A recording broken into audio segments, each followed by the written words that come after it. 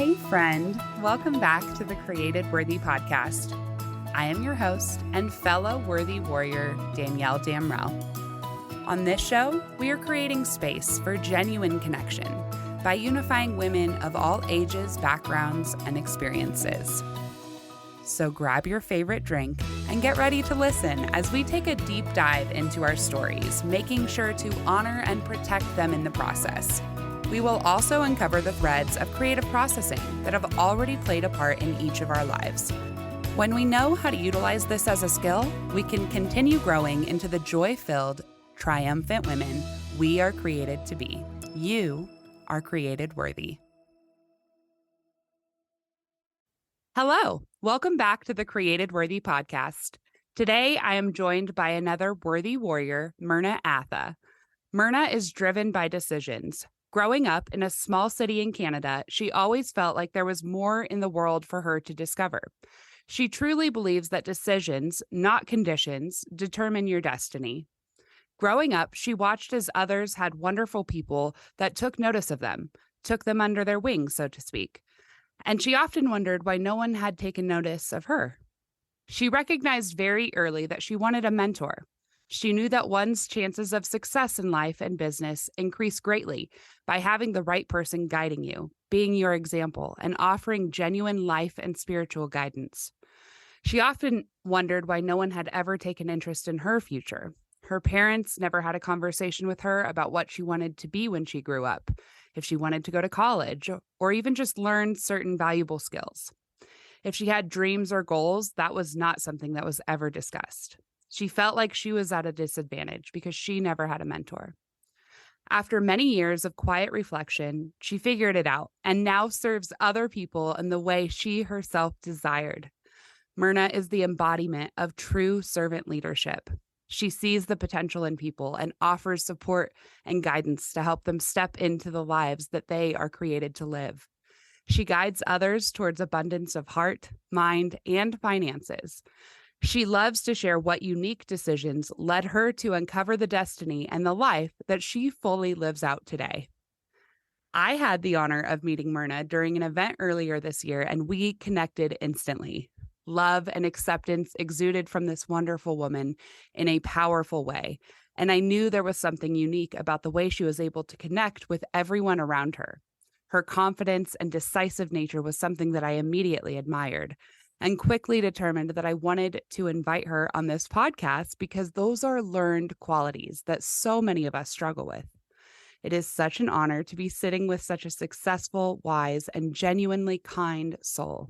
Myrna, thank you so much for joining us today on the Created Worthy podcast. I can't wait to hear more about your real life story.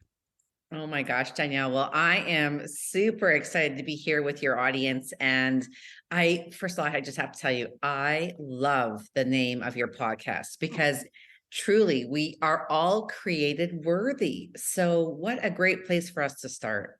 Thank you. Yes, I struggled with the name of this podcast. I had a few different options. One of them was like, you are me and I am you.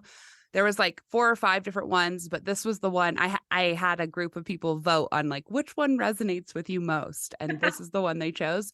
And then it still took me like a season and a half for me to really process what created worthy meant for me and for this audience and for my intention on this show. So that's such a sweet compliment. Thank you.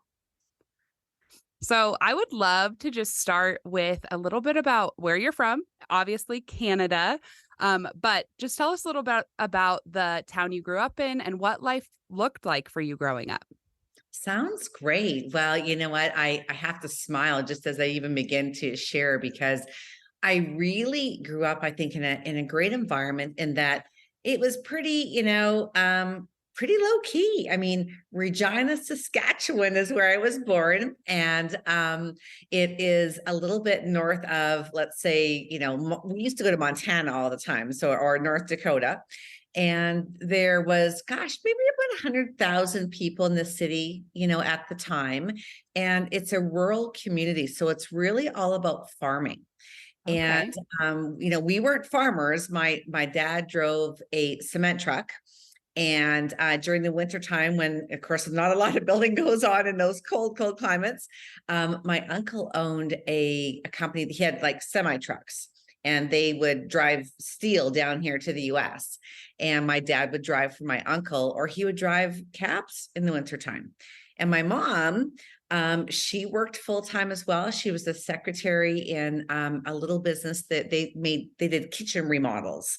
So it was pretty humble, working parents and grandparents. And, we spent holidays with all the cousins and birthdays and all those kinds of Yeah. things. So it was, I guess I feel like saying it was wholesome, Okay. Yeah. Like simple home. Was it like homestead? Were Yes. were you homeschooled?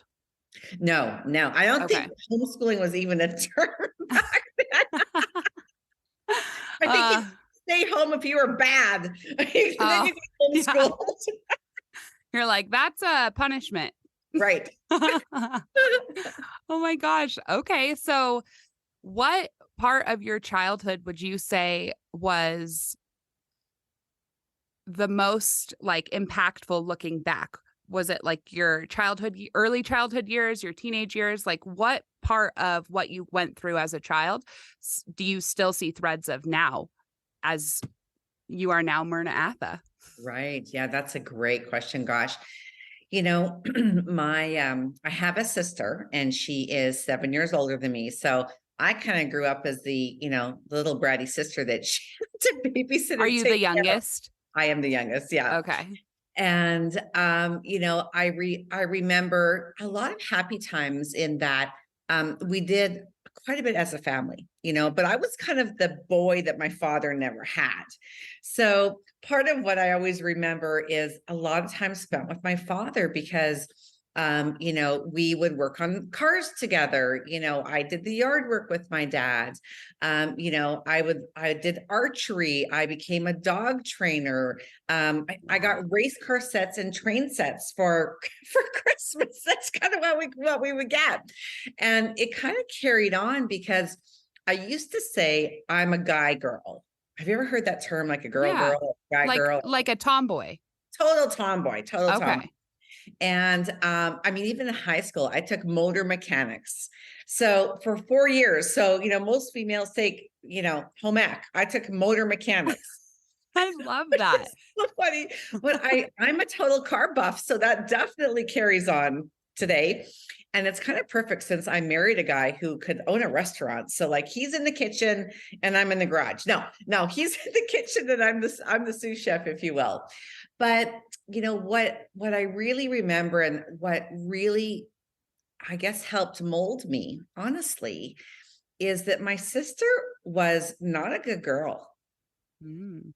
And so I saw things as a very young child I probably shouldn't have seen. And because of that, and because of me seeing my parents react to that, Right. and again, we're talking, a lot of years ago, because I'm 56 now. So, and she's, 7 years older, but when she was a teenager, she was a bad girl. She got into all kinds of trouble. And I was so afraid of the wrath of my parents, because I saw that. And I just wanted to be like the perfect child. I never wanted to get into trouble. I always wanted to be a great student. I always wanted to do what my parents told me, because of the fear. You know what I mean? Like, so it wasn't Mhm. necessarily a positive thing at the time. But I so didn't want to grow up and be like my sister, because of all the trouble and grief that she caused my parents. So that is definitely That definitely probably plays into your decisiveness. Like, no, all. I'm going to make my own decisions. Yes. I'm not going to be influenced by what's around me. Yeah. No, 100%. Excuse me, I've always been my own person, and been strong in that, because I know, and God knows, I'm a really good person. So I really Right. stand on that. Oh, I love that. I think that that's such a strong quality to have and to know about yourself, because then you can carry that into everything that you do and be like, you know what? I'm self assured. I know Mhm. what I am called to. I know that I have a distinct purpose that I'm going to carry out in life. So, just pulling back from your bio earlier, you talked a lot about wanting a mentor. Mhm. Can you share with us a little bit about your experience? Like, do you remember in childhood being like, oh, that person has a mentor? I want one of those. I do. I remember, being in grade school and my best friend had a person in her life. If I'm remembering right, it was an aunt. And this aunt, I mean, we just thought she was the coolest thing since sliced bread. I don't even remember how Right. old she was or whatever. I just remember like she was, the Barbie doll, right? She looked perfect. She acted perfect. She had a great job. And my best friend would always say, oh my gosh, Auntie showed me this, or we did that, or we went shopping, we had our nails done. It was just even that person that they spent time with. And I think, again, because of the difference in age of my sister and also my mom working full time, I was what we referred to back then as a latchkey kid. Okay. So, right, I would come home from school. And again, because I was the good little girl, I would, tidy up the house. I would, get my homework done. I would even start dinner, if I knew Oh, what I was wow. supposed to do. Yeah. And a really funny part about that is, oh my gosh, I'm having all these great memories. Is it's shocking that I didn't become an interior designer because literally, and I'm talking in grade school, my parents would come home and we had a wee little house, but I would move all the furniture around. Like the living room would look totally different, or I would completely change my bedroom. Like the bed would be on a different wall. I would do this stuff all the time. It's just, I get kind of funny, but I do love doing interior design work. I help folks Yeah. all the Now time. you do that with your own home, right? I do Yeah. exactly. But it was little things like that where I just would do things on my own. And again, because of I had such a good gauge of right and wrong, I suppose. I would make good decisions. And that's why, years ago I read this story, Danielle, and it kind of goes down that same path. It was about two twins. Obviously, they were raised by the same parents, right? Right. And later in life, they were actually interviewed. And the one son, well, he was the head of a Fortune 500 company. He was married. He had two kids. He had a beautiful home. He looked and was very successful, and people admired him. And when they interviewed the twin brother, well, he'd been in jail numerous times. He had kids from different women. He went down a wrong path. He had been involved in substance abuse. And the interviewer asked them the same question at the end of the interview. And the question was, what do you think most influenced you? And they both said, our alcoholic father. So why do you have two siblings, and in this case twins, who grew up in exactly the same circumstance, and they went in completely opposite directions? And that is so, so common. I read an article recently that said no two kids had the same parents. Every child has a unique set of experiences. Mhm. And then the changing emotional state of parents matters more than where they are physically. And Right. that's like, I mean, I have two siblings, or I have three siblings, but two that I grew up with for the first 5 years, but there's a 14 and 16-year age gap between us. So the experiences in childhood that I had was completely different than the experiences in childhoods that they had. Mhm. And that my brother and sister are only 2 years apart in age, but they had completely different experiences, even though they have the same parents, just like you were saying. I think that's a really good point to bring up and just talk about is like, it really, it really does matter who you are as a person, like Yes. how a child grows up. We can do our best as a parent. I have a 7-year-old daughter, so I'm trying my best. But but a lot of it has to do with like where we're at mentally, physically, emotionally. If we're dealing with alcoholism, then that's going to affect every child so differently. Did Mm. you see that in your experience with your sister and you as well? Yeah, absolutely. And it's funny because I would say to my parents, because they were really hard on me too. And there was no need to be, because again, I would like forget it. I would never step out of line. And I would say, I'm not her. And she would say, she's not me. Like, go easier on her.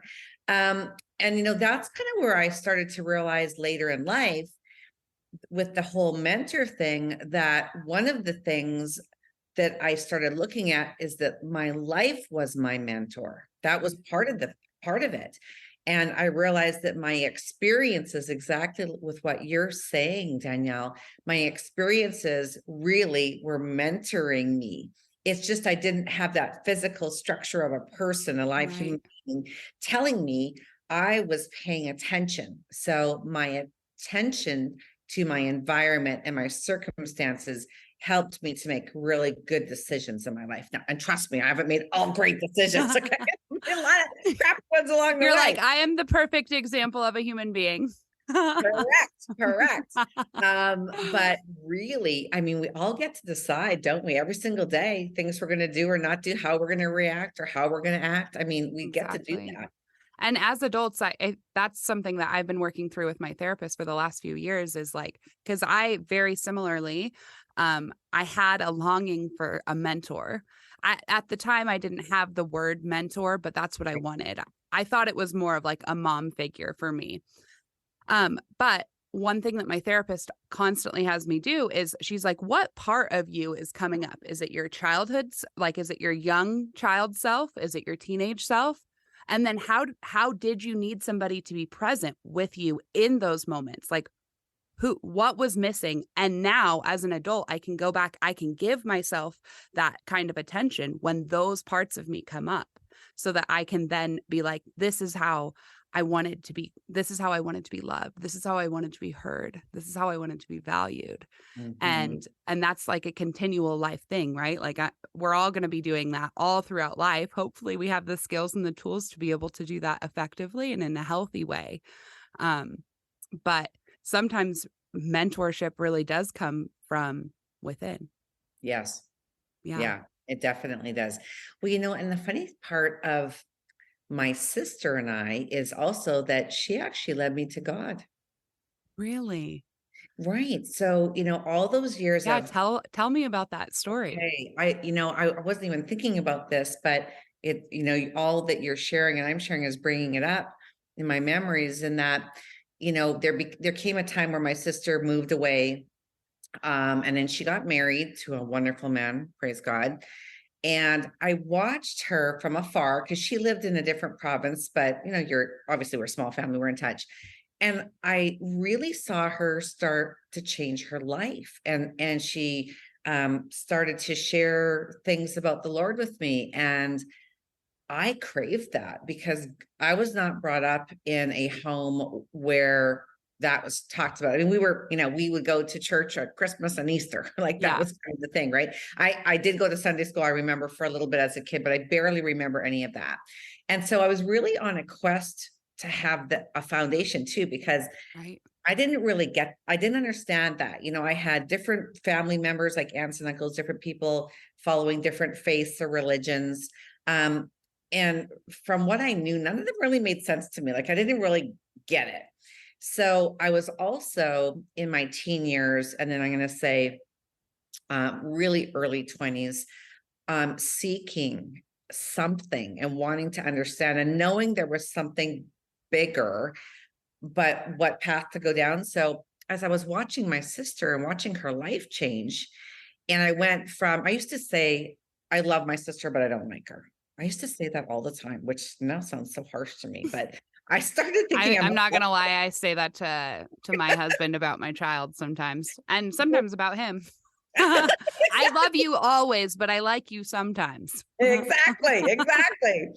Well, and then I started wanting to, I guess, get to know her, Danielle, because how you don't really know each other growing up. And I saw from a distance this life that she was creating for herself. And so I actually moved to the province that she was in, because I wanted what she had. I wanted to understand that. And so I started asking her a lot of questions. Went to church with her a handful of times, and I was like, this feels right. I I learned, this is funny, I learned how to pray.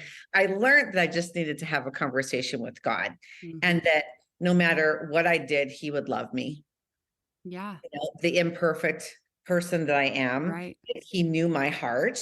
And so how cool is that, that all that craziness as a kid and all the things, as I said, that I saw and experienced that were so scary for me with her and my parents, that she ended up being the person leading me to Christ. I mean, I think that's how God works sometimes.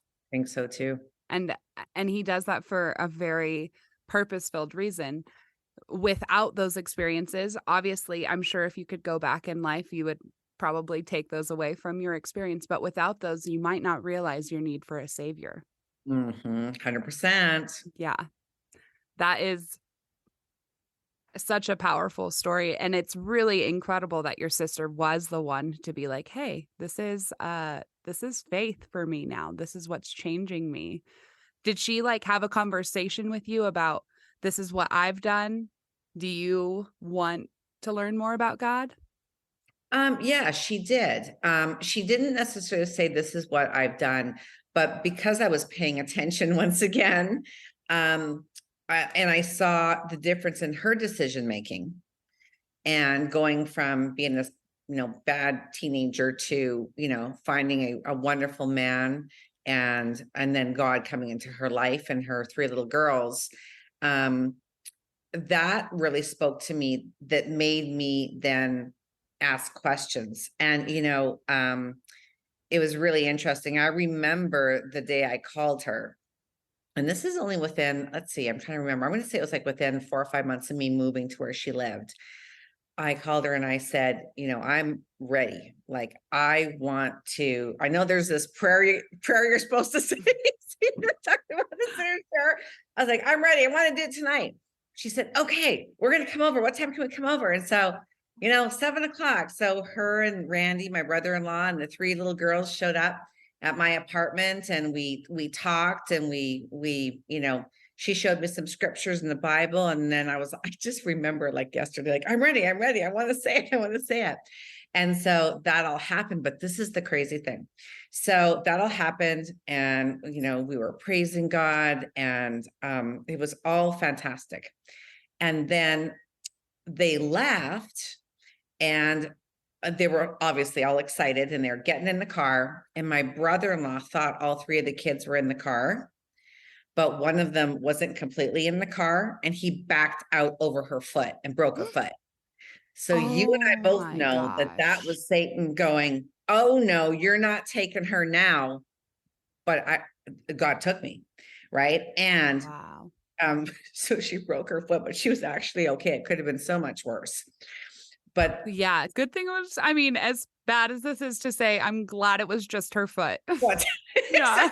Exactly. And then it was so funny because this was all actually around Halloween as well. And I worked in a mall. And so I'm telling you, the next day when I walked into that mall, because of course there's decorations up in all the stores, I started looking around and realizing what that was all about. And I remember getting in my car that day, and the radio was on. And all of a sudden I heard the lyrics and thought, what am I listening to? I mean, it was just this shower of goodness and faith. And And it was an awakening. Yeah. what an awakening. Oh my goodness. And also at the same time, I had already met Mark, who's my husband, but we worked together. There was none of that. No, none of Yeah. that. Okay, I get it. I'm picking that up. And but I knew he was a Christian. And without a doubt, God put him in my path, Oh, because if that wasn't the case, I wouldn't be married to him today. Because wow. yeah. Yeah. So, I mean, people always ask me, I mean, gosh, we've been married for 28 and a half years now. We have an amazing life that we've completely designed and made decisions to create together. They're like, you and Mark have this great marriage. Like, what's your secret? Super easy. God's number one in both of our lives. Yeah, he's that third strand in your braid 100%. of marriage. Yeah. go back a little bit and tell me about how you and Mark met. Oh my goodness. Okay. Always like a funny story, right? So you have no idea what you're asking. No, I don't. I'm excited. So I worked for Kitty Shoes, and Mark worked for Kitty Shoes in different provinces. And he was actually a manager, and I was an assistant manager, again, in different provinces. And every year there was a managers meeting. So all the managers would fly to Ontario, to Toronto, to this big meeting. And every year the salesperson of the year, if they were not yet a manager, they were invited to attend. And that was me. So I went to this big conference, and every one award after another, this Mark Atha guy, like walking across the stage. We used to joke about him. He looked like Alex P. Keaton. Like he was like the little guy with the tie and the suit. And I mean, he was completely opposite of my growing up environment. His dad's a pastor. I mean, forget it, Oh, right? So totally different lives. totally different life. I was like, I met him, and again, he's this big award winner, and they said he was on the fast track to move to New York City and all this stuff. And I thought, oh my gosh, that guy needs a beer. He needs to sit down. Like, yeah, exactly. He needs to loosen that tie up. So that was my first experience of meeting Mark. And then he got transferred and promoted out as a district sales manager. I got transferred and promoted as a manager in his territory because they called me and they said, listen, we know you're really ready to get out there as a district sales manager as well, but there's one more person we want you to work under for a few months before we take a look at promoting you. And I was like, well, who is that? They're like, Mark Atha. I'm like, oh my gosh, you have to be kidding me. That's square. I was like, he wore those little shirts with the alligators on them. Oh my gosh. I mean, I am telling you, like, so funny. I can't wait for you to get to know Mark, because you're going to laugh, because you know this story now. And I was like, oh, brother, you're kidding. So truth be known, I was terrified because he was like the star, the perfect employee, the perfect person. And I was like me, like this, again, very flawed person. And that's when I asked him, they were moving me, and that's where my sister lived. So that's how that story ties together. So Whoa. I went to work, and I worked, in that territory with Mark for, I think it was 5 months before they came and offered me a promotion. And that's how I also knew he was a Christian. He was very faith-based. We had, it was, again, obviously God put him in my life as my boss, and started creating that community of other Christian people around me that really, I was watching, I was paying attention, Danielle. I'm very observant. Yeah. And so Yeah, God gave I me. believe that. So tell me about your first date. How did that go? Did he ask you out? Did you ask him out? Okay, so that's really awkward as well. So all these awkward moments. So it was because we became the best of friends. When I got promoted, we had the same job, but I was a district sales manager for Lady Foot Locker, and he was a district sales manager for Kitty Shoes. It was all the Woolworth Corporation. So I didn't get transferred out of that province or that city. They kept me there, but now we're equals. Okay. So then we became the best of friends, and we were, dating other people, with other people, all that. And we would hang out and go out like as foursomes. And it was always be, Mark and I chit-chatting, and we had so much in common. And of course, because we weren't dating, there was no secrets. There was just us. Here I am, right? You could just build a friendship. We built this friendship. And then he went through a separation. And then like a year or so later, I was no longer with my long-term relationship. And we went out for dinner one night, and we're talking about all these crazy dates were going on, and the people that we were with and all this stuff. And it's like, we looked at each other different, and it was super awkward, like super awkward. And I remember we left the restaurant. We were actually, we weren't in Regina, we were in Edmonton. It's there's Parliament buildings in Canada. And so we went for a walk around the Parliament buildings, and we were goofing off in this fountain out front, and the police came. Like, what are you two doing in the fountain? We were just laughing and just being silly. But it was just an awkward, weird night. And so I was so excited because I thought, oh my gosh, like those, those tingly feelings, like, Yeah. right. Yeah. The butterflies. Um, and I was so weirded out. So the next day he calls me and he said, I think we need to get together and have a conversation. I'm like, yes.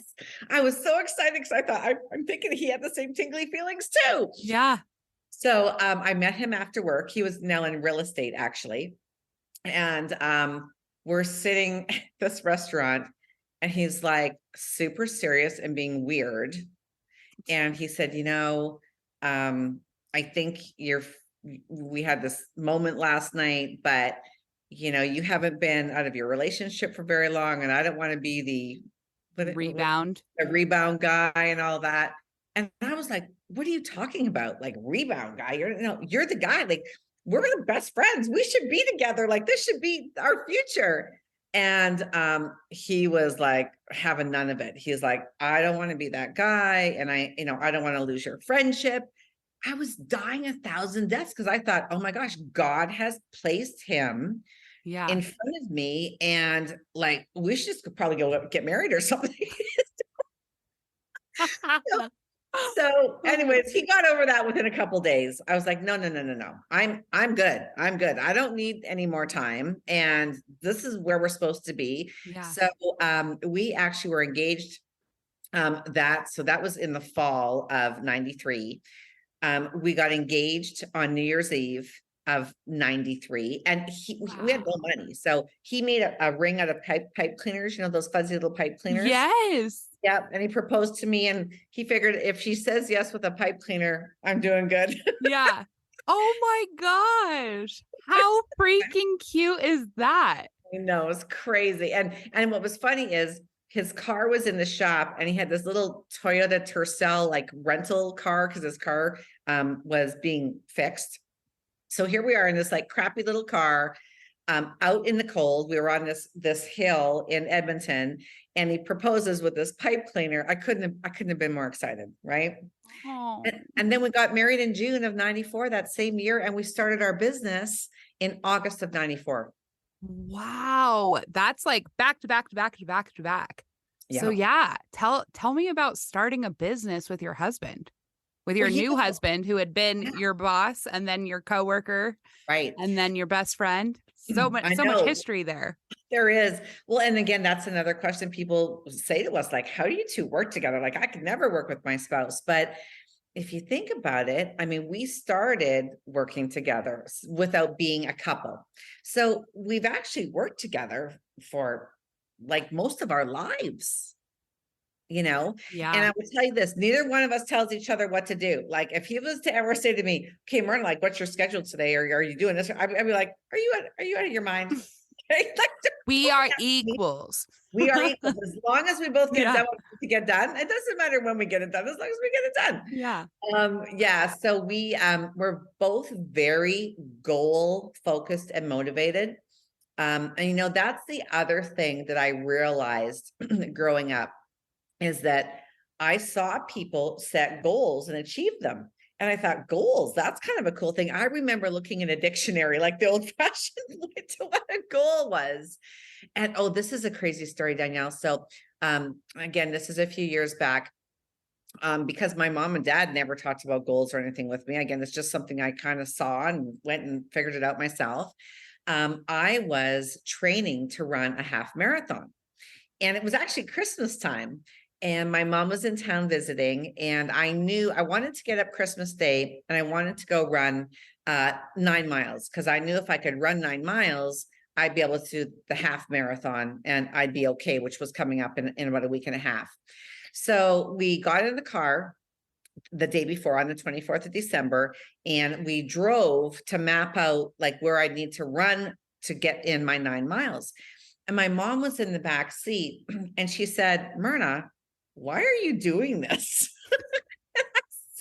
I remember laughing and Mark started laughing. I said, that's a really good question. Cause I never ran. Like I've always gone to the gym and worked out and done things, but I always said, I don't run because if I run, I'll break out in a rash because I'm allergic to it. That's kind of how I feel.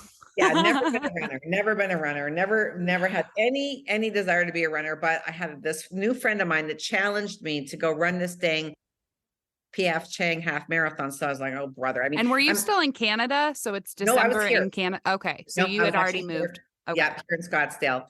And you know, because she challenged me and I'm always up for a challenge, and I wasn't going to back out because I'm very decisive. I said, okay. And she was a runner. So I thought, dang it, her name was Becky. So I decided that not only was I going to run the dang half marathon, I was going to cross that finish line in front of her if it was the last thing I did. So back to my mom. So my mom's in the back seat. She says, Myrna, why are you doing this? And I'm laughing. I said, oh, that's a really good question. So I said, well, Becky challenged me, so I'm doing this. And I said, you know what? Quite honestly, Mom, it's become a goal of mine. And she got really quiet. And she said, a goal. She said, Myrna, I don't think I've ever had one of those. Danielle. Wow. And she said, can you explain to me? So thank God I'm in the front seat. Tears are falling down my face. You're like, this makes so much sense. I'm going to start crying now.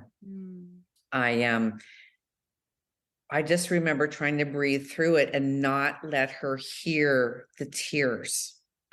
And I explained to her what a goal is. And she said, that's so fun. I'm so glad that you're doing that. You can do anything. And you know what? Oh boy.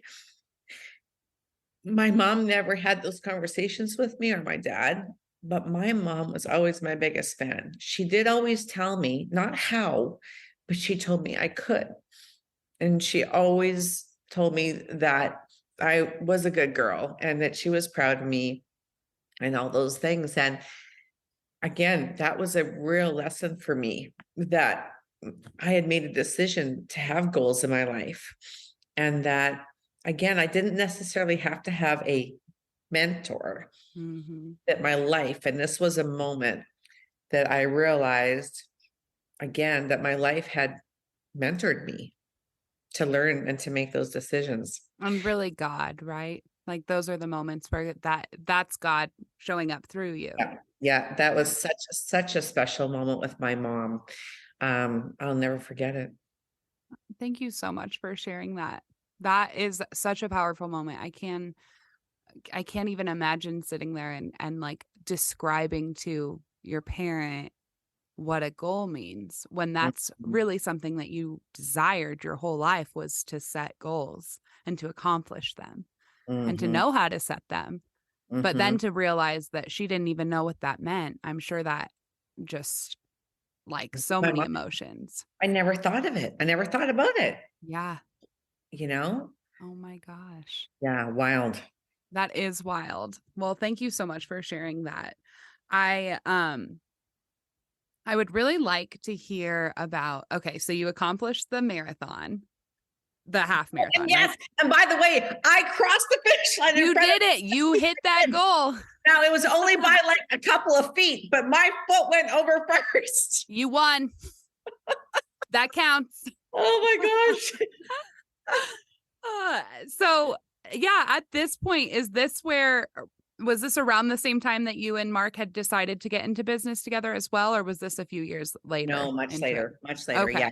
Yeah, much later. And, you know, for Mark and I, what was going on with us and why we decided to start, get our business together was, it was 1994. We were going through a terrible recession in Canada and brand new married. And my car was parked 3 blocks away. I mean, that's the truth of it. And not because we did anything wrong. I mean, it was a recession. You know, the banks were taking homes back. Mark was a realtor. I was in retail. Nobody was walking into the mall spending their money on stuff they didn't need. And we thought, what are we going to do? Yeah. And so we went looking for, I guess in today's terms, you'd call it a side gig or a side hustle. Yeah. And we looked at over 300 businesses before choosing. So we didn't just like see a shiny object and go, this is what we're going to do. Yeah. And of course we didn't have any money. So we joke, we say we had to find something we could start on a shoestring budget. 'Cause that's the only Yeah. thing we No, had. for real. Yeah. And then we just, we really figured out, again, based on some good decision making, the things that we needed to have in place to, start something that we knew based on our efforts we would have a win. So what I find nowadays, because of course we're going through all that again right now in the world, Yeah. we're in a recession. Inflation hasn't been as high in 40 years. Credit card debt has never been higher, and that's because people are paying their bills on their credit cards. So right now, we are loving mentoring others and helping them make a good decision as to what they can do that complements their current career or business, that can really alleviate that financial stress. Because, I'll tell you something, when you don't have financial stress, you really get to be the person that God intended you to be, because Mm. financial stress is scary, It's really scary. really Yeah. scary.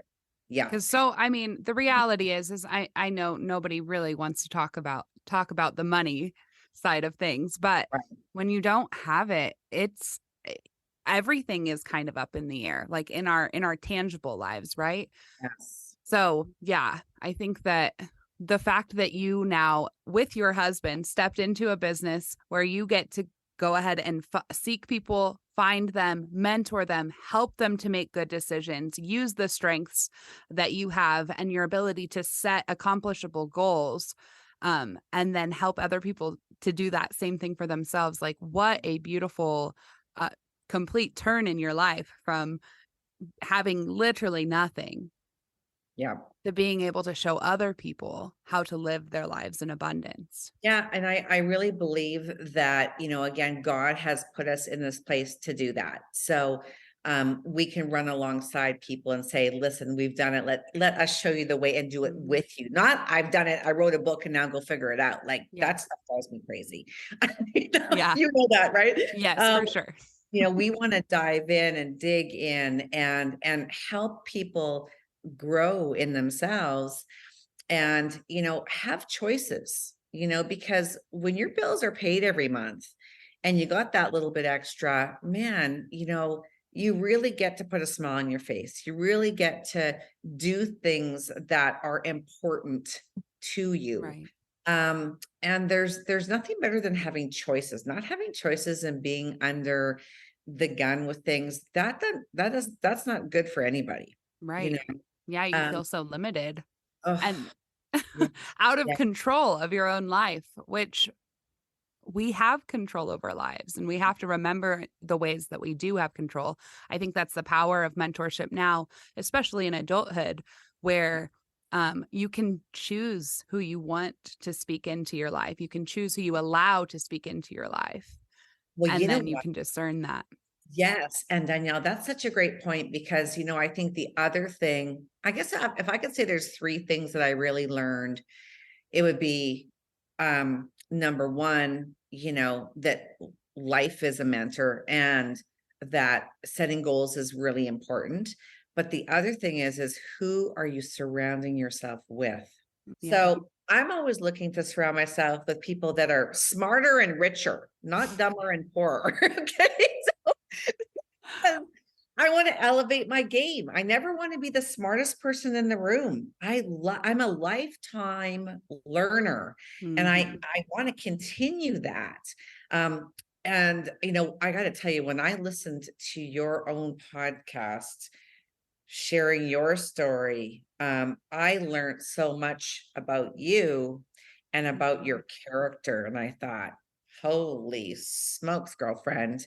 Um, Now I love you even more and I want to know Oh. you more and I want to do whatever I can, even though it's just a little bit, just to positively um I don't know if the word's influence, but contribute to your growth. I will say you already are a mentor to me. Like I've learned from you just by the little bit of time that we have been able to spend together, how you carry yourself, the way you present, the way that you reach out and are intentional about connecting. Those things are all mentoring me. So I am so grateful for you. And Awesome. I you're so, so, so kind. And I thought it was so cool that the quote that you told me that was your favorite is always be kind. Can you take me back for a moment to when that became your favorite quote or when you knew that kindness was a core quality that you needed to exude? Mhm. That word specifically has always been important to me because people can be so unkind, Mhm. even with their thoughts. And I think it's kind of started there for me because it always well, it doesn't sit well with me when I hear people speak not well of others. Mhm. And I always think if I'm listening to it, I might as well be participating. Well, I am participating in it. Even if I say nothing, that Right. is So participating, easy to get into right? that. It's participating if I'm listening to it. And it's not kind. It's not kind of for me to do that. So that's what really kind of, and it's funny how you asked that question. I never thought about it before, but that is really what I guess helped me feel that that was and has been for so long my word. Because I need to remind myself of it as well. Because Right. sometimes, right? Sometimes you're not. No, where I mean, it would be Jeez. we would be lying to everyone if we said that every human or there is any human being on this planet who is kind 100% of the time. Time, right. Well, Not and you know possible. what? And you never know what's going on behind closed doors and Mhm. whatnot, right? A funny thing happened to me a couple months ago. I was paying for my groceries. I was at Safeway, and there was this little old lady in front of me, and she's got the change purse, right? She's- and of course, she's trying to pull out her exact change to pay for her groceries, and the cashier was, Huffin. and I mean, I just wanted to smack her, to be honest with you, but so I'm thinking to myself what I'm going to say to her when the little lady is done and moves away, because I'm not going to cause a scene and with the sweet little grandma there. So I want to smack her, but I know that that's not the way to do it. You're like, that's not very kind. Very kind, Myrna. So when I got up to her, and of course she's like, "Hi, how are you?" But she's not looking at me or engaging. She's just it's like she's like a robot. But I said, "Are you having a bad day?" And she stopped and she looked at me and she said, "No, why?" And I said, "Oh my gosh, you just seem like maybe like something's going on. I hope that it's not, because you know, if it is, maybe you just need to take a break or take a breath or something." And she realized what I was talking about. Yeah, I could tell by her body language. And she said, "Thank you for noticing." So that was sort of the end of it. And she said, "Have a Yeah. nice day," and all those things. But I just wanted to stop her to maybe make her realize, what she had done. And just it's so kindness costs nothing, for heaven's sakes. Mhm. You know, and you Exactly. got to remember, you don't know what's going on in somebody behind their front door. You don't know if, their dog just passed away, or you don't Mhm. know whether or not, they just had an argument with their 7-year-old. It happens. That's So right. just be kind. It's so worth it. It really is. Right. I love that. So, before we close up today, I just want to take a minute to talk about creative processing. Are you familiar with creative processing? With my definition of creative processing, I should say? What I want to say, I feel like I am a bit, but really spell it out for me, because Okay. I mean, the whole word processing, I love. It's And I and important. I and I know you're so artistic, so that's how I'm feeling it. Okay, so creative processing is a tool that we can all use to activate our creative minds to process through a certain intention. So, using a simple prompt like the purpose of fill in the blank of your creative outlet is to process whatever your intention is.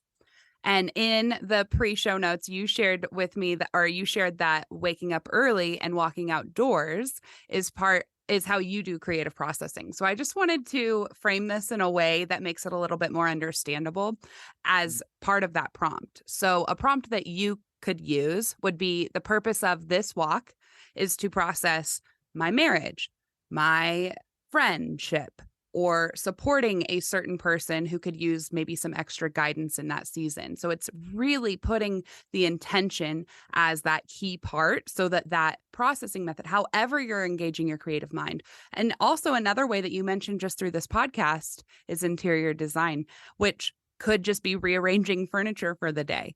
We don't need all the pretty frou-frou-y terms. The point is that we activate our creative minds all the time. But when we set a certain intention to it, it makes it a powerful, life-changing tool that then we can carry into the rest of our lives. And it creates space for freedom, for peace, for clarity, for joy, for being present. We get caught up in not being present with where we're at because we're thinking about the future, which usually ends up with us being anxious, or we're thinking about something that happened in the past, and that usually brings up depression. But creative processing is a way to check in with yourself right where you're at, being intentional with the ways that you're creating currently in your life, and then using that to narrow down, this is my intention. For me, just a couple of days ago, when I do my planning for the week, I have to do it in a physical journal or in a physical planner, because that's how I best activate my creative mind to process the certain intention, which for me on Sunday was a busy week, a full week ahead. I need to process that intention in entirety so that I can live presently in each and every single day. So my favorite part of creative processing is that we all already do it. And we just don't realize yet the power of setting a clear intention to accompany how you're already choosing to create. So, I yeah, love that's that. my little soapbox about creative processing. No, I love that because, I walk, I'll say for sure 5 days a week. After I go to the gym and do my thing, I come home, I grab my dog Sophie, and I walk with one or two neighbors or the three of us. And we always joke about we are starting our day and solving all the problems of the world. Yes. So rather than solving all the problems of the world now, because I basically walk to their house, I think it would be great for me to intentionally be saying to myself, okay, on the walk today, and tomorrow I'll be walking with Sandy, my intention is to whatever that Fill is, in the blank. You get fill to in the choose that. blank. And the cool part about creative processing too is that you can bring other people into it. I've had the most powerful creative processing sessions. That's what I call them now, just because when you know better, you do better. When you have that word, you can actually engage it as a skill. But some of the most powerful creative processing times that I've had have been with friends, where we're like, nope, this is what I need to work through. And sometimes it's just like, it's a way for me to ask, like, hey, I really need your support. I need you to show up for me because I'm walking through a custody battle, or I'm walking through, whatever that one certain thing is that's really weighing on me. And it gives them an opportunity to be like, okay, we're having a focused conversation that's intentional. And one of my favorite things is to kind of put a time limit on it too, so that, we're not like feeling weighed down by it. We're not spending hours and hours talking about something that might not be leading to joy and freedom, but you're putting a certain time limit on just that one certain intention. You can be poured into, you can pour into other people, and then you can keep moving on with your life and your friendship and your business and your day. But you feel a sense of relief. Just psychologically, slowing down is so important. And we live full lives. We all do. We live really full lives. And we have to create times and space where we're checking in with our subconscious. If we're not checking in with our subconscious, then we're living on autopilot. That's Right. not healthy for anyone. I love that. Thank you for that. Yes, of course. Well, do you want to tell us anything about what's coming up next for you? Anything exciting happening in 2023? Yes. You know what? I love the start of a new year. I've already been like, since starting November, I started to think about, okay, what does 2023 look like for me? What does it look like for Mark and I? I love to take a look and really break down my first 90 days, personally and professionally. I love fresh starts. I love setting goals, right? So, there's always a health goal, there's always a financial goal, business goal. And this past year, I've really been working on growing my skill set for my business and kind of expanding that. And so I feel like I have a good chunk of that under my belt, so to speak, and I'm off and running with it. So now it's like, okay, so what's the next part? And so now that I have a clear understanding of that, I'm mentoring a group of ladies, and we've all had discussions together of if they think that's a fit for them. And for the first 90 days, 5 days a week, we're spending an hour together, Wow. working a plan where I can be giving them feedback, but we have accountability. I love accountability. A lot of people Yeah. run from it, but I love it. And very few people seem to want to hold me to be accountable to things. So for me, even though it's people I'm mentoring, of course, I'm never going to let them down, Danielle, right? So I have to show up and be my best. And so I'm really excited for January 1st. And then January 7th, we have, I know I was sharing with you a big launch for our business. And it's going to change people's lives next year. So I'm kind of just getting myself all my ducks in a row, making sure the beginning of every day is for me. It's for what I need to do for Myrna. And then usually about this time of day, actually, I grab Sophie and Mark and I would go for a little walk. And I'm just really looking forward to that. And I'm going to learn breath work.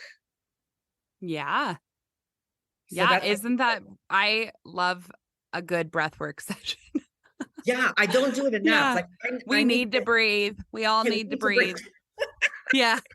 So that's part of it as well. I'm looking Yeah. forward to figuring out and learning how to apply that to my schedule. And scheduling, Yes. I guess, is the bottom line, right? Dang it. Right. Make it happen. Make it happen. Well, Myrna, it was such a joy to have this conversation with you today. I will have your LinkedIn in the show notes so listeners can connect with you, reach out to you, ask you any questions, get to know more about you.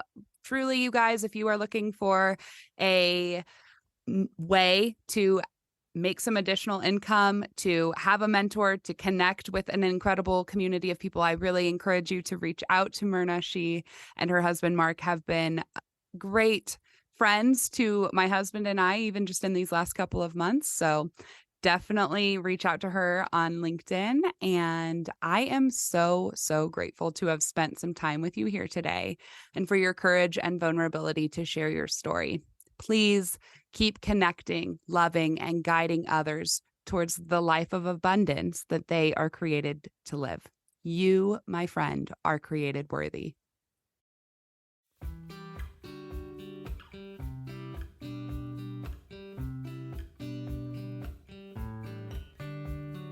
Thanks for tuning in to the Created Worthy podcast. If anything in today's show resonated with you, can you do me a huge favor and go leave a 5-star review? This helps more listeners find the show, and it also expands the impact, messages, and stories that are shared here.